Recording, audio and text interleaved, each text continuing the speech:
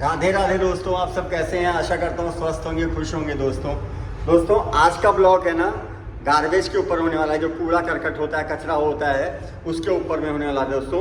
कि हमारे शिप में ना गार्बेज मैनेजमेंट कैसे होता है। शिप तो एक एक महीने की सेलिंग करते रहते हैं, तो ये कचरा कहाँ फेंकते हैं, कहाँ रखते हैं, तो उसके बारे में होने वाला दोस्तों। और उससे आप सीख भी सकते हैं कि कैसे आप अपने समाज को, अपने घर को, अपने आप को साफ रख करके दोस्तों स्वस्थ और खुश रह सकते हैं। दोस्तों प्लीज़ लाइक और सब्सक्राइब जरूर करें। दोस्तों हमारे शिप में ना, अभी मैं आपको ऊपर भी दिखा दूंगा, ये देख रहे हैं, ये दो डस्टबिन ऐसे पूरे सब केबिन में ऐसे डस्टबिन रखे रहते हैं। और जो बड़े बड़े जो रूम है, जैसे कॉन्फ्रेंस रूम हो गया, ऑफिस हो गया, हमारा मेस रूम हो गया, गैली, वहाँ पर 3-3, 4-4 डस्टबिन रहते हैं। एक प्लास्टिक के लिए, एक जनरल के लिए, एक फूड वेस्ट के लिए, एक टीन के लिए, ऐसे सब रहता है।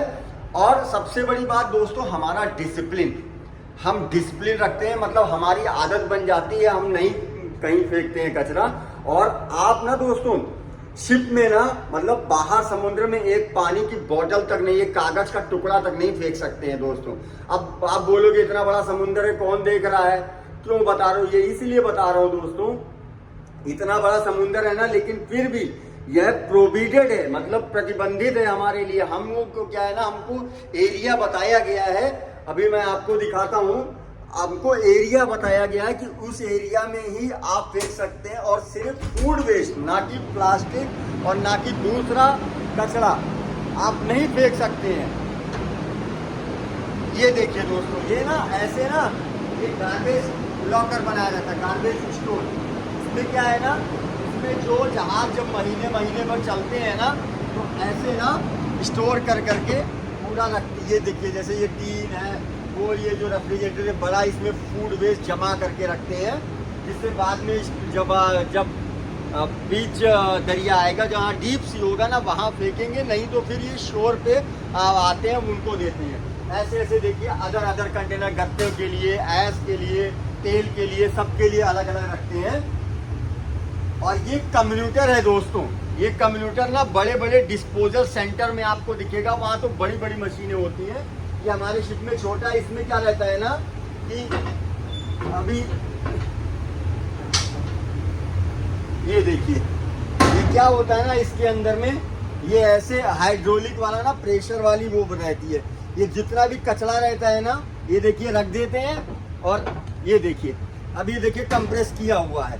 ये देखिए आप, ये क्या करता है ना, आप जितना रहता है इन लोगों के पास में कचरा, ये प्लास्टिक में रख के इसमें डाल देते हैं, और बाद में इधर से जो है बटन दबाएंगे, ये पूरा जो है कंप्रेस करके ना इसको ये ऐसा गत्ते ऐसा बना देता है दोस्तों। ये देख रहे हैं, ऐसा गत्ते ऐसा, और ये पैकिंग भी कर देता है। तो इसको ऐसे बंडल बना करके रख लेते हैं।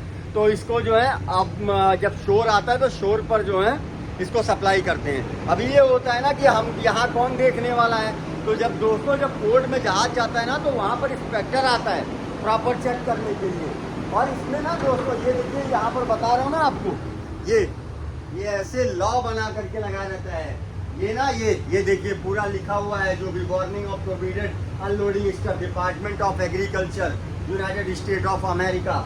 ऐसे ये इधर देखिए, इधर अमेरिका, ऑस्ट्रेलिया का लगाया हुआ है। ये क्या होता है ना दोस्तों, IMO करके, इंटरनेशनल मैरीटाइम ऑर्गेनाइजेशन जो होता है, जिसमें सारे दुनिया के जितने जहाज हैं, उसमें जो शिपिंग, दुनिया की जितनी शिपिंग कंपनियां उसके अंडर में आती हैं, वो जहाज़ों के लिए लॉ बनाता है। समुद्र में जो भी चल रहा होता है ना, उसके लिए लॉ बनाता है।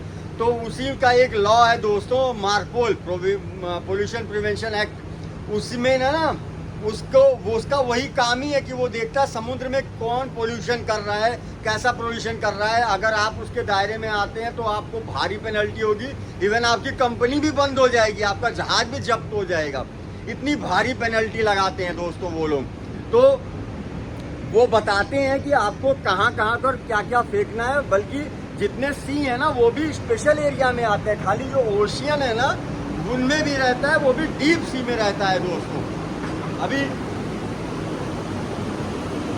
जैसे वो जहाज जा रहा है, आप देख रहे होंगे वहाँ पर, शायद आपको इसमें दिख रहा होगा, आप देख रहे हैं वो जहाज जा रहा है वहाँ पर। लेकिन आप पूरे समुद्र में ना एक भी कचरा कहीं पाएंगे नहीं दोस्तों। हम लोग कहीं भी नहीं कचरा फेंकते, तो डिस्प्यूट रहता है ऊपर से डर भी रहता है और प्रोविडेड है, तो इसलिए जो है कोई कहीं कुछ देखते नहीं है।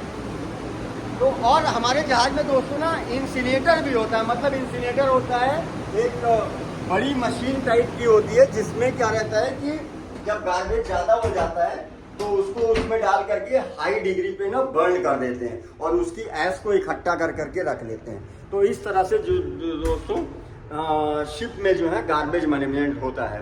तो मेरा यही कहने का मतलब दोस्तों ये था कि हम इससे ना अब सीख सकते हैं। हम लोग जब अपने देश में जाते हैं, देखिए हर जगह कितनी गंदगी होती है। लोग क्या करते हैं, रास्ते में जा रहे हैं पानी की बोतल पीते हैं फेंक देते हैं, खाना खा रहे हैं आधा बच्चा फेंक देते हैं, कुछ भी उसमें फूड जो भी प्लास्टिक या दूसरा गत्ता कुछ भी है वो कहीं भी लाए तो रोड के किनारे फेंक दिया। खा जा रहे हैं पान खा रहे हैं उधर ही थूक दिया। दोस्तों वो रोड बनाने में ना कई हजार करोड़ का खर्चा लगा हुआ है सरकार का, आपने सिर्फ थूक दिया। आपके ही पैसे से वो रोड बनी हुई है दोस्तों, और आप ही जाकर के सरकार को ब्लेम देंगे कि सर ऐसा कर रहे हो वैसा। अरे पहले अपना तो काम करें।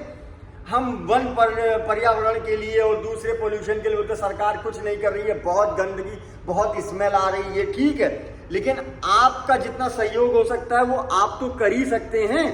छोटी छोटी चीजों से बहुत बड़ा इम्पैक्ट पड़ता है दोस्तों।